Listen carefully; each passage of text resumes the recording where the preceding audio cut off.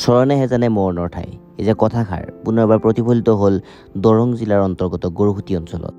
গৰু চৰাবলৈ আহি এজন 13 বছৰীয়া ল'ৰাই মৃত্যুক সাৱটি ল'লে এটা দ খাৱৈত পৰি। আচলতে এইটো এটা দীঘল বিল।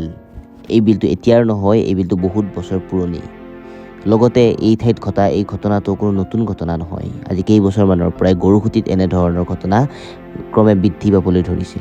আচলতে এইডোখৰ ঠাইৰ যিটো পানী, সেই পানীটো আগতে এনেকুৱাকৈ বহুদিনৰ পৰা জমা হৈ নাথাকে।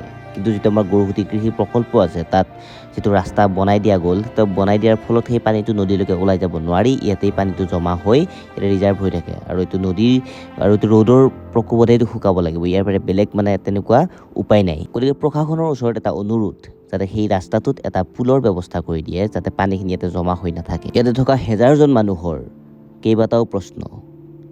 হঠাৎ ল'ৰাজন